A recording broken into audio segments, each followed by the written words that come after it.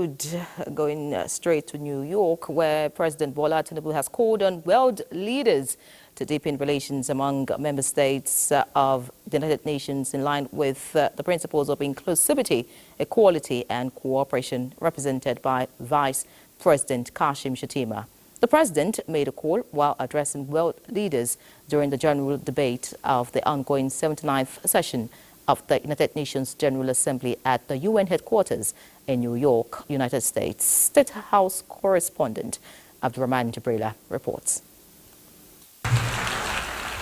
This is the climax of the annual global event. Countries giving their national statements, and it's the turn of Nigeria. Vice President Kashim Shettima standing in for President Bola Tinubu with a well-scripted national statement and a rich content focusing on contemporary global challenges and practical recommendations.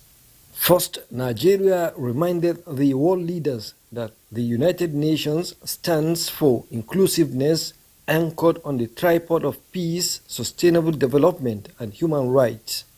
Addressing the root causes of conflict is often the first step towards providing long-term solutions.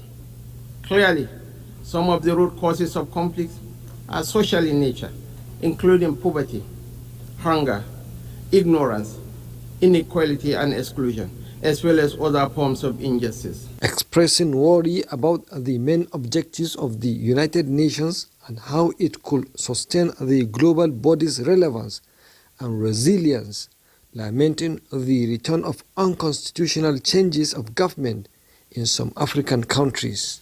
Conflict resolution is the main reason why the UN exists, but the task of prevention becomes all the more difficult when conflict becomes normalized, when even the condemnation of violence and civilian casualties and calls for a ceasefire are somehow regarded as controversial.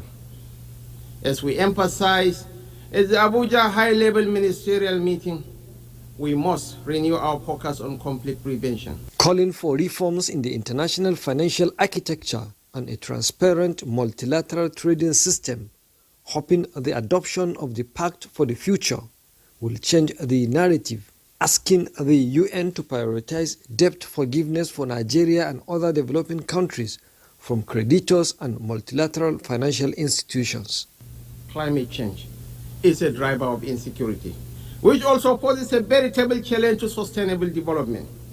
A few weeks ago, large areas of my country were inundated by seasonal flood waters, including one of our largest cities, Maiduguri in the northeast.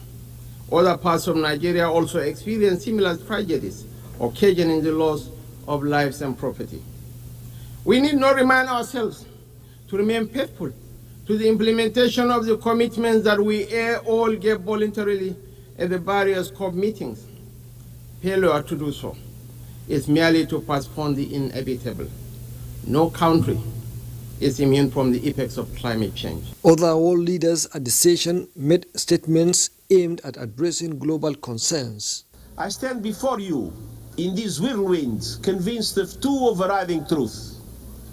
First, the state of our world is unsustainable. We can't go on like this. And second, the challenges we face are solvable. But that requires us to make sure the mechanisms of international problem solving actually solve problems. It is time to invest more in building trust and practicing dialogue. Constant dialogue is a powerful weapon for all governments have in their hands. But today, the United States and Vietnam are partners and friends. And it's proof that even from the horrors of war, there's a way forward.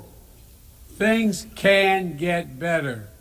Nigeria's statement insisted on bold reforms in the United Nations Security Council with a view to giving Nigeria and other African countries permanent seats at the council. From New York, Abdurrahman Jibrila, NTA News.